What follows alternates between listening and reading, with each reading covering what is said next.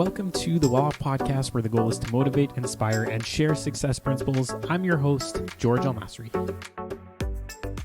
Glen Sutherland started investing in real estate in the early 2000s, and within a few years, he transitioned his focus to the US. He specializes in where and what to buy out in the US, and he also hosts the podcast and YouTube channel called A Canadian Investing in the US. So on this episode, we talked a lot about how to structure your corporations, how to set yourself up to be able to buy remotely. Although he's living in Ontario, he invests in all sorts of different markets like Florida, for example, and multiple other cities and states in the US. So if you have any interest in figuring out how you can also invest in the States, this is a great episode for you. So I hope you'll enjoy it, and make sure to share this with a friend or family member, and leave us a review on whatever platform you're listening to this on. That would be greatly appreciated. And finally, if you want to talk about multifamily investing in Ontario, you can definitely book a call with me by going to www.welloff.ca. There's an option there to book a call. I'm more than happy to share with you what opportunities we have. And also, if there's any way for me to help you, I'd be happy to do that as well. So there you go. Enjoy the episode. All right, I'm here with Glen Sutherland. Thank you for joining me today, Glen. Oh, thanks for having me. Great. The way I like to start off, I just want to ask you about your childhood, where you grew up, a couple things you remember. Jeez. Okay. I didn't plan properly for this, but I'll see what I can come up with. So I grew up in like a really small town, Drumbo, just off the 401 between Woodstock and Kitchener, Cambridge. Went to high school and elementary school there, and then high school in Paris, and then switched and went to high school down in Valley Heights, which is like near Long Point area, down southernmost point of Ontario. Anyway, went there. I don't know what to do with remembering about that, but I don't know. I enjoyed growing up. I guess I was an entrepreneur if we're going down that path. I had a little landscaping business. I always had something on the go. And when I went to college, I ended up turning that landscaping business into a screen printing company to do T-shirts. So always been entrepreneurial right from the start. Cool. Yeah, that's seems to be a common thing. A lot of people that I've had on the podcast told me that they started off in landscaping, having their own landscaping business at a young age. And then I don't know how that ends up translating to real estate, but it seems to be a very common thing. I think it more translates to entrepreneurialism. Like it's you want to do something on your own. Sometimes you're not even legally allowed to start working yet, but you're at a young age, so you can go cut grass and do garden beds and whatever else, right? So I don't know. I think it's just part of it, just wanting to do something on your own. For sure. Tell me about your journey to becoming an investor. So I know a bit about your story. I know you started off investing in Canada, and then obviously you've got your podcast about how you're investing in the USA. So walk me through your journey, how you got started. Well, honestly, I think I was one of those people that, my parents had a duplex growing up that they used as a rental property. So wasn't educated when I started. Maybe I'll start with that. We ended up buying a townhome in Waterloo, was my first property. And honestly, my goal was if I could just keep this rented, make it like at least break even every month. And eventually I'll have this thing paid off in 25 or 30 years. And, there's my retirement, right? I don't know how I was trying to do the math on working a 9-to-5 job, and I just didn't make sense to me how it was going to add up to the lifestyle I was looking for. So I'm like, at least that would be something. And I started with that. It then grew into actually a really bad situation where we had to evict the tenants, and I was frustrated with real estate, and I said I'd never do this again. Sold the property, didn't do any real estate for about a year and a half, and then just started looking, and I'm like thinking about it. I'm like, well, I made $45,000 from the purchase to the sale, and there's got to be something here. I had a miserable time. I didn't know what I was doing, and I'm like, maybe it's time to take some education, learn how to actually do this properly, start attending some groups, being around people who are doing this already, and actually turn this into a business. I then started buying, townhouses all over Kitchener, Waterloo, Cambridge, and I don't know. I think at the highest I had like 8 of them. So it wasn't like a real business at that point, but or it could be, depending on what you think of. I couldn't live off of it anyway. The cash flow wasn't there. But appreciation went up. I had a tenant that moved really far away. At least for me, it was really far away. They moved to the other side of London to Strathroy. I started managing a property like I bought them a property because they were such good tenants. Started managing from a distance, which was like a 2.5, 3 hour drive to get to it. Started hiring, contractors to fix stuff. Started, actually playing the real estate game the way it should be played, instead of doing everything myself. I realized that this was a scalable method, and I started listening to a lot of podcasts. And back, 10 years ago, they were all American. There wasn't Canadian real estate podcasts. There was only like 3 of them that existed at the time. And so I just got into that and I started learning it. And I thought, you know what? I don't know all of this, but I'm going to take a dive into it.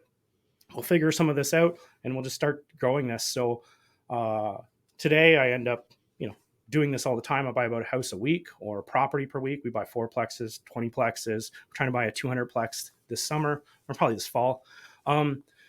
We buy a lot of property now, and it's escalated. If you're wondering like what happened with all the Canadian stuff, that Strathroy property was the last property that I had, and I sold that off about a year and a half ago. So probably during COVID anyway. 2021 market was really up.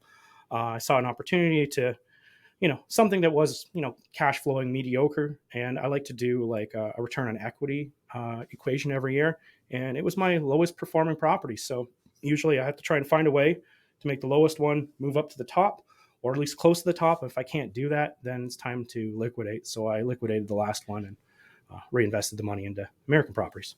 Cool. Why don't we dive into what you just talked about, which is the return on equity? So a lot of times, I think people are really familiar with ROI or return on investment, Yep. but generally people don't talk about ROE, return on equity. So why is that a metric that you track, and what does it mean to you? Well, for me, there's been a ton of appreciation over this COVID period, even before the COVID period. And a lot of that money is not returning any, money to you, right? The equity doesn't give you a return on your investment, right? There's no return on that. So a lot of people like to run their numbers based on the purchase price, right? And it really boosts the numbers. But artificially, or actually more realistically, there's a lot of money that isn't earning anything. So when you do a return on equity, you can see that properties that have appreciated a lot aren't doing well, right? If you calculate all of that money that you could have if you did a refinance or you sold the property, all of that money you could have that's stuck in equity could be earning you a much better return. So what I like to do once a year is just to do a ROE calculation on my properties, which is just, how much money does it make based on the full equity, on the current value, right? And what you'll find is the properties that you have appreciated a ton, their numbers drop. Like maybe when you bought that, it was earning 15% ROI, but if you and it would be at the very start, the ROE would be the same. But as it's grown and as it's appreciated, you'll see that like some of these are appreciating or returning an ROE of like 2% or 1%, and you're like, could I do better than 1 or 2%? By putting into anything? You could put into a savings account and beat those numbers. So where I look at that is I'm never banking on appreciation. So I know that might be some people thinking this and going, well, you can just get the appreciation. It's going to keep going up forever. I don't put it in my calculations. It's not in any of my underwriting. So if you forget about that, a lot of times I'm like, I have to move that up. The way to move it up is do a refinance, pull the money out, use the money, put it into something else. And people go, that'll ruin your ROI. Well, it will, right? So it has to make sense, right? If it doesn't make sense to do that, then it's time to sell, right? So what I want to do is just make sure that the whole portfolio is performing. So like I said, once a year, do a full, it doesn't take long to do this, right? Do an evaluation of the properties and see who's performing, or which property is performing the worst. Yeah. And so what percent ROE do you like to be around, ideally in a perfect world? Well, honestly, it's not about, for me, it's not about like the actual number. I want to sort the properties. So I want to be able to rank them from, 1 to 100 and then just try to move the bottom ones out of that. Got it. Right? Got it. But yeah, so I don't have a good answer for that. Okay. It's more, I use it as a sorting technique, and then I want to push them up, right? I want to make them do better. So you'll probably liquidate the ones that are, performing at the bottom of your list, and then hold on to the ones that are at the top for a few more years. Or refinance. Like sometimes you could refinance, strip the money out, and it depends on how you want to run your numbers. Because some people like, hey, if I do a refinance, I might like be not doing that well cash flow wise, Hmm. right? Especially with this higher interest rates right now. But if you calculate in what you're doing with that money, like that money could, at the very least, you could go private lend that and get yourself like, 10 to 15%, right? So if you add that into the calculation, you'll see that it does help your properties perform by pulling that out or selling it and Sure. reinvesting. For sure. And do you also track your portfolio's loan to value? And if so, what percent do you like to be at for your entire portfolio? Uh, That's the thing about this. In the United States, a lot of times the loan to value is lower to start with, so it's a harder thing. And as I'm growing this portfolio, for that, as long as it's performing and it actually is giving me the return I'm looking for, I'm not as concerned about the loan to value because I'm at a point now where I already make much more than I need to survive. I don't have a 9 to 5 job, so when I'm doing this, sometimes it's a safer play as you pay these down and the loan to value continues to drop because the value is much higher. So at this point, even some of them, I think I have about 10 or maybe 10 or 12 properties that I'm holding in cash still, right? The whole thing is in cash just because it's a safe play. But the thing is, like, once again, you have to be returning a good enough return on it, or it doesn't make sense to do that. Sure. And so you said that basically you're in a place right now where you don't have to work, you don't need a 9 to 5. Are you living off the cash flow from these properties, or how have you structured your finances? I guess. It's an interesting and it's also a wild sort of way I do it, because a lot of people will go, that's complete insanity. But what I end up doing a lot of times is pooling money, right? So I'll have the cash flow, it'll come in, and I'll pull it out of the corporate accounts into personal accounts in the United States, because these are all United American corporation accounts. Sometimes I'll just leave them in the corporation because sometimes it's good for proof of funds. But I'll pull them out, pool them, and I honestly will wait until I get the dollar to hit 1.38, pull it back when it's at the top. I'll put it into a savings account in Canada, and then I'll just live off of it from there, right? So I have a set amount that pulls out every single month because I still. The hard part is if you look at your bank account and it has a ton of money on it, you're like, it's time to get a new car. It's time to get a boat. It's time to do this thing. So I want to still have it. So I have to have the money because I need to have the oh crap money, right? If things go bad, so you need to have like at least a year's worth of salary just sitting there. The way I do it anyway, and so I do live off the cash flow, and I do pull it out of the corporate accounts usually every month into my personal accounts. But I don't like strictly live off it the way you'd think, where that just goes right into my bank account because we are dealing with two different currencies. Hmm. Got it.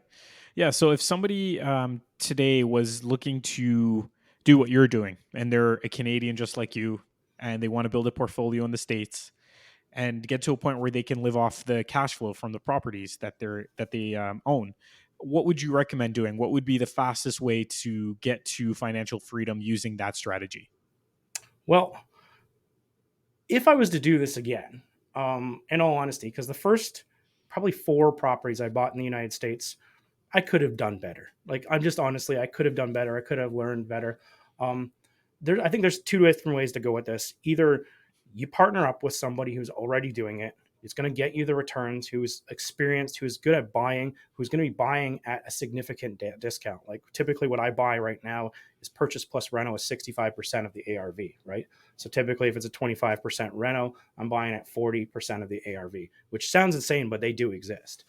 Just takes a bit of hunting, right? But we can still find one of those every week And, almost. and just to kind of clarify to anyone listening, ARV is the after repair value. Yes. Just because I've had sometimes people comment like, "Oh, you guys are speaking in real estate talk. I don't understand it." So yeah. Okay, sorry. No, that's good. Continue. That's good. Thank you. So yeah, but anyway, find someone who's a good deal finder, partner up with them, be the money partner to start with, right? Or get some education. Skip the steps. Don't sit there and make all these mistakes yourself. In all honesty, I have a real estate course on investing in the U.S. There are several other ones that are out there that are very good as well. Honestly, if you're going to do it yourself, the cost of them, especially some of them that are very cheap, mine's very cheap, the cost of them you'll be saved in your first transaction, even less than your first transaction. You'll save more just by not buying wrong, by not setting up corporate structure wrong, just understanding how, like, land transfer tax exists in Ontario. there's transfer taxes in some states in the United States, and just having those, just that information to be able to underwrite properly, to know what the fees are when you're going to sell it, to know what the additional fees are for setting up your financing, just understanding what you're buying before you buy it, because otherwise you're honestly just jumping in the deep end and hoping that you find something to catch while you're in there to pull Mhm. you up, right? So I don't know. Either pair up with someone, or take it some education, as if I was going to do this all over again. Yeah, and I understand that you have the course, so if somebody wanted to dive in, they can sign up for the course. But just maybe if we can kind of briefly discuss it here while I Sure. have you on. But what kind of structure, I guess, like corporations and other preparation would you have to go through to set yourself up to be able to purchase efficiently in the U.S. So as a what you're Canadian? to do this at the 100-foot level, you're going to want some sort of corporation to buy this in, right? Um, there is a million different ways to structure this, and honestly, when you're talking to an attorney that's setting up your corporations, they should know. It shouldn't be a one size fits all. They should be asking you like what your income is in Canada, what your plans are in the United States, how many properties, and putting you into the proper structure. But some basics is typically Canadians are going to set up a limited partnership, an LP, or they're going to be setting up a C corp, right? Canadians are not eligible to get an S corp, so it's not even on the table. If you use an LLC, you could be subject to double tax if you don't do it right. I usually just there is ways to use them, but honestly, I just say just stay away from them, because what typically happens is the IRS in an LLC and an LP will tax you personally, right? Not corporately. Whereas a C corp would be corporately, more like an Ontario corporation. Mhm. Um, so they're going to tax you personally in the United States. But then the way Canada Revenue is going to look at those at an LLC is an LLC, they don't have an equivalent structure like they do an LP, and they're going to go, okay, well, in that situation, we're going to tax you corporately. So you'll pay personal taxes in the U.S., corporate taxes in Canada, and you get double taxed. There's ways to set this up so you don't have to do this. Honestly, it's overly complicated, and the easier way to do this is just stick to LPs and C corps. And you need to be buying in these. If a lot of people are going to say, I'm just going to skip this step, I'm going to buy in my own personal name, right?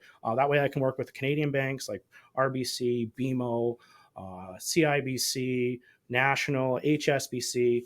Almost all of them have an equivalent down in the United States. So I just want to buy personally, because then I can get lending personally. The honest, you're going to be fine until you sell that property. When you sell the property, there's a thing called FERPTA, which is a foreign tax that's going to be charged. And it's 15% of the sale price. If you sell it in your personal name, you will be charged that. You sell it in a U.S. corporate name or a U.S. LP name, you don't pay that. Mm. So it's that right there. Well, just a tip like that, that'll save you 15% being held. So is that money gone? Absolutely not. You can file taxes with the IRS.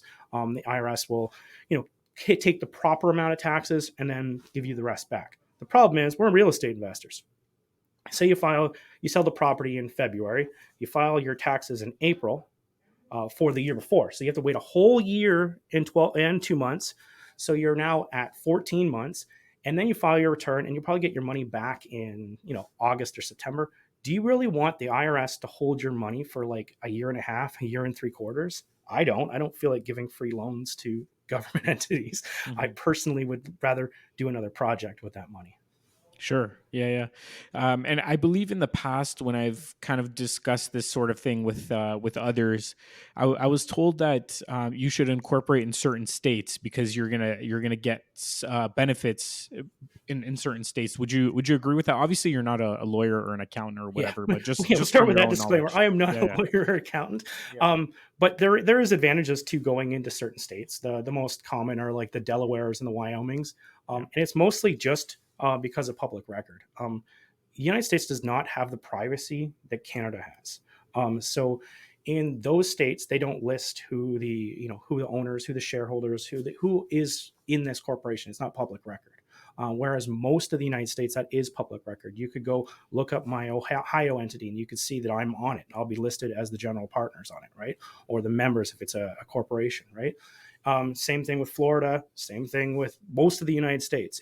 You can go to if you know the name of the corporation, you can look it up. And the thing is, everything is public record. So you could go type in the house address, figure out who the owner is. It says it's a corporate name. Go to the entity website. and then just type in that entity and it'll tell you who owns it, right? Yeah. You can figure out people's phone numbers. You can figure out people's addresses to who the actual owners are, which is huge advantages when you're actually trying to purchase these properties like off market, because you can, if you're driving for dollars, you can drive around and see a house that looks crappy, or the house across the road from the one you're renovating look crappy. You can go figure out who owns it. You could mail them, you could call them. But on the other side of it is exactly what you're talking about, is people can find you too. Of So course. that's why people use those certain states. This is Don Chen, mortgage agent with Pineapple Financial. Today, I want to introduce you to a special mortgage product called Readvanceable Mortgage. The special feature about this product is that as you pay down the principal portion, it auto converts into a line of credit. And this allows you a cost-effective way to access the equity in your home without having to go through a refinance or incur high legal and penalty costs. I would love to connect with you for all your mortgage-related questions. You can reach me at 647-961-3281, or you can find me on Instagram and Facebook at The Mortgage Don. Oh, yeah, for sure. Now, as somebody who's buying, I guess, smaller properties in the U.S. and also large buildings, you said you're working on a 200 unit, I believe. What are you leaning more towards these days? Do you prefer one over the other? No, I think with everything, it's even if you would talk to like someone who's doing stocks, someone who's doing anyway, financial planners, they're going to tell you to kind of mix it up, and you get different advantages from doing each strategy, right?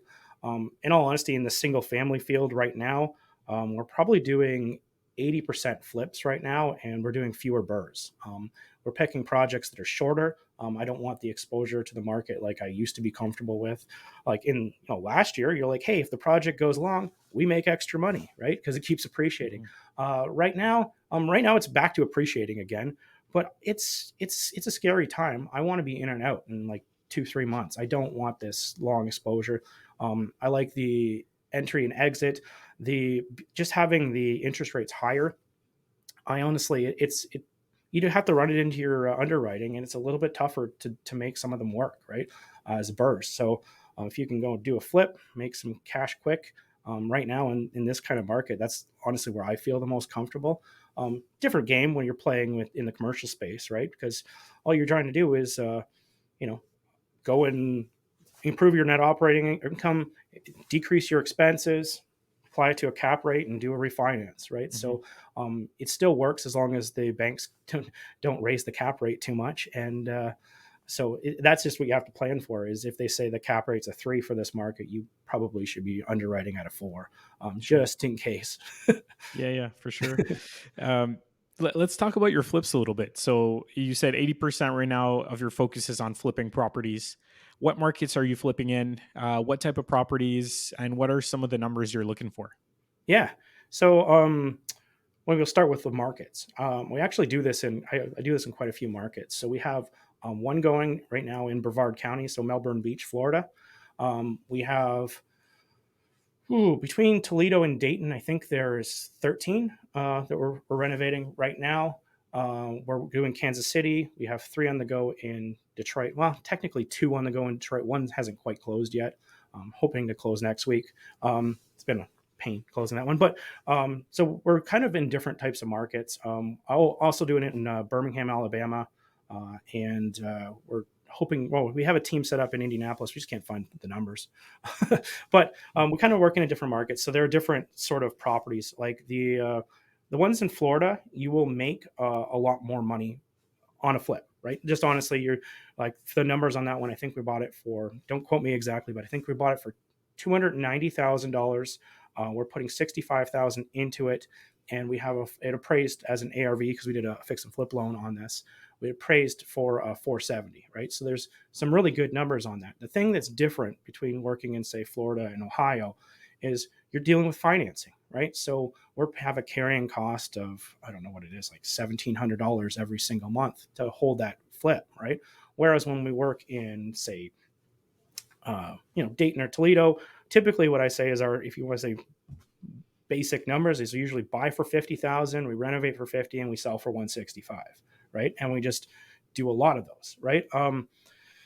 So it's different, right? Those ones have the ability to do a perfect BRRRR and exit out of it.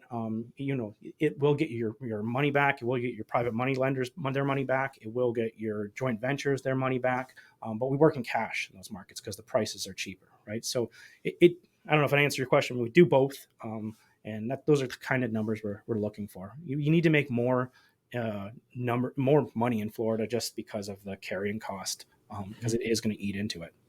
Now, how did you get set up in all these different markets to get all your contractors, your lawyers, your everything, and basically like at least 4 different markets in the U.S. that you've named? Yeah. Uh, so that's the piece, the magic piece to figure out. But what happened is in the start, I basically got tossed in with some, right? I started in Huntsville, Alabama, was my first market. We had a connection to the property manager, which we set up with off the start. We were recommended. So we used them. We found out that they had a construction company that they were affiliated to. So different names, but in the same building, even like that close of affiliation. So we started doing renovations and BRRRRs and flips from that. And then it sort of grew. And then every time you go into a new market, you just got to start over. Typically, we will interview at least three contractors, several property managers. And when I say interview 3 contractors, we'll probably interview a lot more, but we'll have 3 that will actually bid out the project. What we'll do is run them through basically a light renovation to start. Typically, when we start a new market, we use our own money. We don't use any investors because it's not fair. That's when the biggest risk is. Your first project is the riskiest. Once a contractor is performed, the likelihood that they'll perform the second time is much higher. But yeah, we'll usually get 3 bids. Basically, I'll get 3 bids, and they'll literally look like nothing the same. One will be like the prices will be completely different. The scopes will be completely different. And I think the hard part is just trying to make them apples to apples to apples, which is not easy because some people are going to paint the door, some are going to replace the door. One thinks the deck needs to be replaced. One just thinks the boards need to be replaced on. The other one doesn't think the deck needs to be done at all. One thinks a tree needs to be cut down because it's leaning towards the house. The other one two don't, right? Mm-hmm. What I try to do is just go like, hey, I've had walkthroughs of this property. Can you bid out to replace the deck? Can you bid out to replace the whole tree coming down, right? If you were, we don't need to put it in the budget, but I want it as like to plan for it, right? Right. Because even whenever I'm working with joint ventures or private money, I will raise the money for those contingencies that could happen. If we don't use them, we pay some interest on it. We give them their money back. But I want to plan for that because, I don't want those surprises, right? And I don't think anyone, if you're an investor, you don't want those surprises either. Like, hey, we need to do a cash call. I don't ever want cash calls. I want to have everything predicted as much as possible. But anyway, get the 3 contractors, do a lighter renovation, a smaller renovation to start.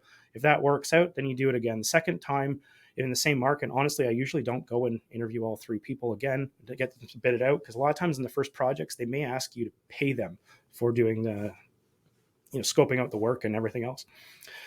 So I don't want to do that again. Usually I just start using the same contractor, or I'll start with the other contractor that maybe came in second place, and then we'll do another light project with them, and we'll try to build out a second team in that market because that's what happens as you grow.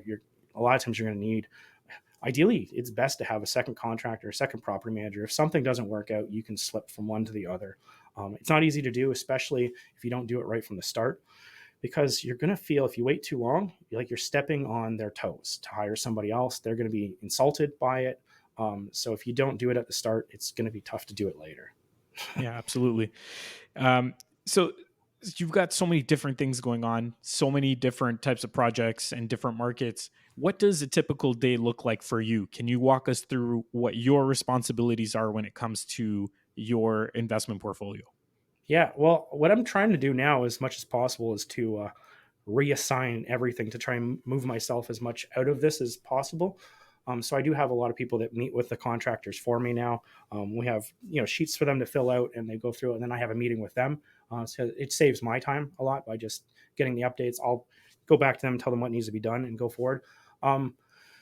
A lot of my time is spent is talking to people who call me as much as it's recording podcasts and working on this. I do fully work in the business. I still do the underwriting for the business myself. It depends on the 200 unit buildings, that part.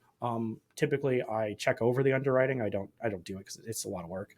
Um, but for the single families, I've basically trained wholesalers. I've trained realtors to basically do the work first. So I don't get those drip down lists. Anytime they send them to me, I unsubscribe. It's just like, here's the 20 properties that showed up in Tennessee or in, Nashville this week. And I'm like, I don't want that. I want them to come with, an ARV and an approximate renovation, right? Mm-hmm. It's not, those numbers aren't worth anything, right? Just ballpark it for me. Send me a comp or two. And then I know it's even worth my time to look into them, right? Because I just need to work faster. And you can't ask for that off the start, because they won't take you seriously, and it's a lot to ask for. But once you go and you tell them what you want, they send you something, you do all your underwriting yourself at the start, you get it done, you send it back, you buy the property, they're like, oh, you'll actually do it. Then you do it again, and they're like, this is what I need from you if you want to do a lot of these. And honestly, I could create enough volume that I could be your only customer if you want. You can work with anyone. I'm not going to make you sign any sort of disclosure agreements, but I literally could get you enough money to support your family with the amount of transactions we're doing. And a lot of people get excited by that idea. And you're like, but I need a little bit more. Like, I need a little bit more. And you just ask for a little bit more, and then it streamlines your business. So for me, for my day, I go over a lot of those sheets. I respond to a ton of emails, contractors. We have Airbnbs. I I took on in the new year managing one of the Airbnbs, because I'm like, hey, I've always hired property management to do this. I'm like, I should do one of these myself so that I understand it better. It's always good to be a property manager for a while, and I've been property managers on single families and multifamilies, but not on an Airbnb before. So I took that on. That honestly is the, kudos to people who love doing Airbnbs. It is so much work. So that takes a bunch of my time, but a lot of it is it's working your way through just the random stuff that shows up, solving problems. It's a lot of solving problems. It's not, I guess that's it. And a lot of times I'll carve out times where I want to do podcasts where I interview people. There's certain days. There's days that I speak with all my students, right? Because I want to give them whatever time they need to get the projects done. So that's basically my Thursdays and Fridays. Those get basically Thursdays and Fridays. It's hard to book anything with me because they're always booked it up ahead of time. And it's coaching. I pay for a coach as well. So I spend time going over material and, constantly improving myself as well. I like to read books. Yeah. So are you operating as a one-man show? I know you've got your realtor partners and your wholesalers and your contractors, but aside from those people, are you operating on your own? That's a great question. So without making this, because I could talk about this for like 2 hours. So there's companies, I've been to tons of masterminds, and I've heard about all kinds of company structures. And honestly, when I was down in Florida at one, they were like, I went up first, and I was like, oh yeah, we're going to do 50 flips this year, and everything else. And then the other people came up after me, and they're like, they weren't trying to one up me, but they're like, yeah, we're going to do 120 flips this year. And I was like, wow, let's go talk and see what the differences are. I'm like, wow, how does it look? And they're like, oh, we have 35 people on our staff, right? And none of them are contractors. All the contractors are subcontracted. And I went, wow. They're like, how many people on your team? I'm like, me. And they go, how the heck do you do that?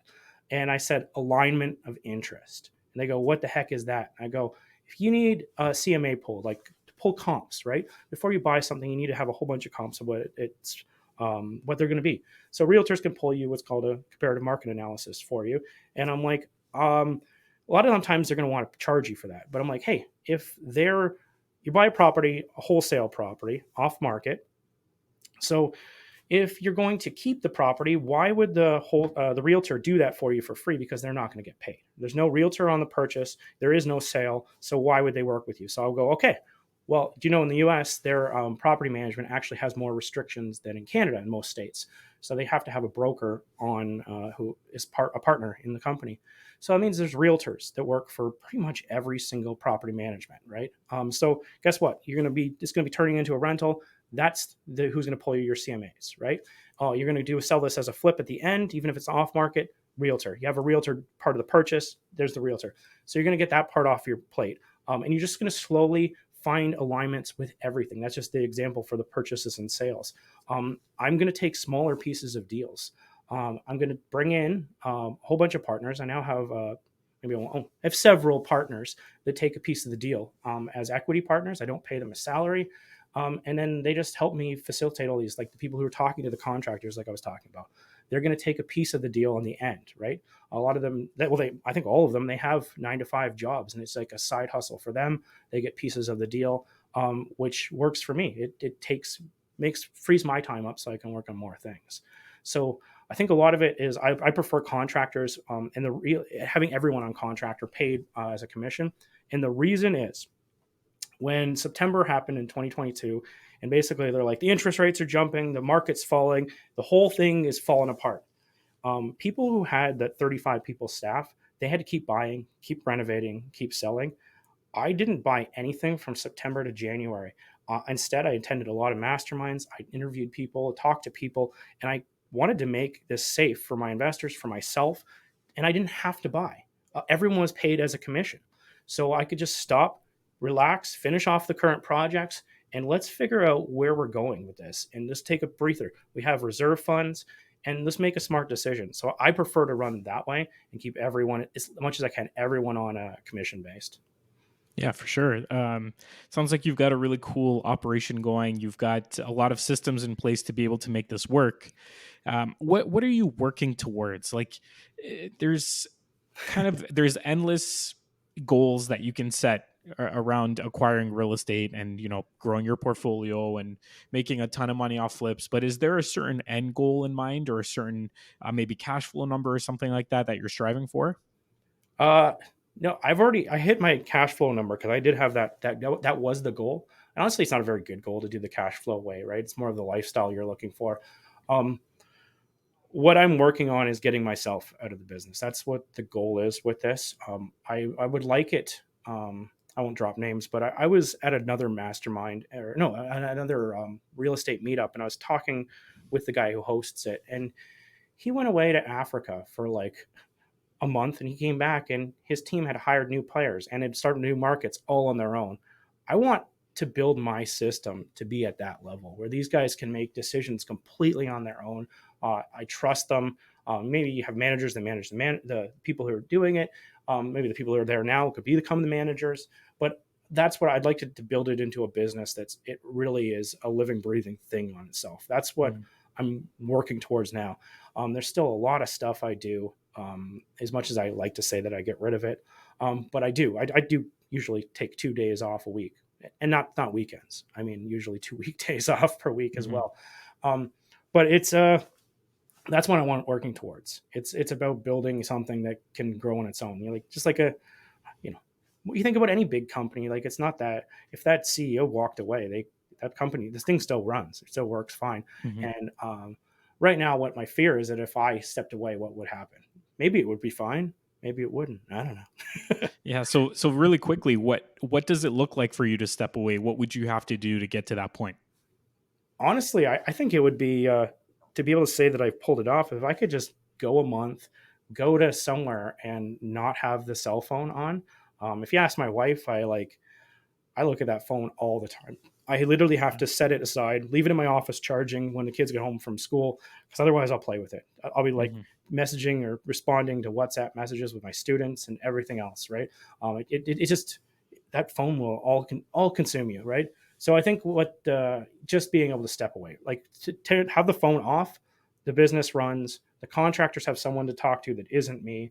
The property managers have someone to talk to, and it just has a whole system, and there's backups for everything. So as much as it works on its own, there's still a ton of interaction with myself to make it work. Yeah, 100%. Well, I hope you get there, and I hope you reach all your goals. And it sounds like you've already accomplished amazing things. So keep up the good work. Do you feel like there is any final messages that you'd like to share with the listeners? Don't know if I'm allowed to pitch here, but I have a podcast, two podcasts. One's called Canadian Investing in the U.S., and that's where we teach this. That's the free way to do this. I think there's 270 or 280 episodes. We do one a week. So if you want to learn the free way, that's the way to do it. It'll just take you, 3 months of 9 all day long listening to it. Or I also have another podcast, Advanced Real Estate Investing Talk with Darcy White and Arlen Bonin, where we just talk about topics, which honestly, there's a lot of golden nuggets in there because no one really holds back. And if you are interested in the coaching, listen to the podcast. I don't need to pitch it here. I have an advertisement on the podcast, and you can find me all there. Awesome. Great. Yeah, that was going to be my next thing for you to do your pitch. Yeah, so that's great. Just maybe one last thing. How do people get a hold of you if they have questions, if they just want to reach out? Yeah, so I am one of those people. Maybe I shouldn't even be telling people this, but if you go to my website, glensutherland.com with one N, my email is there. My phone number, this cell phone is there. So you can literally go. Honestly, everything. If you actually want to reach out to me, you have to text me, and we'll have to or email me, and we'll set up appointments because I do work off appointments because otherwise I get nothing done. But it's all there. My website, it has the links to the podcast, the YouTube channel, to everything. And I'm slowly getting that worked on. We're doing a revamp version 3 right now. Yeah. Well, as you start exiting the business in some ways, or kind of, having someone replace you, you'll probably want to take your cell number off your website. Oh, yeah, definitely.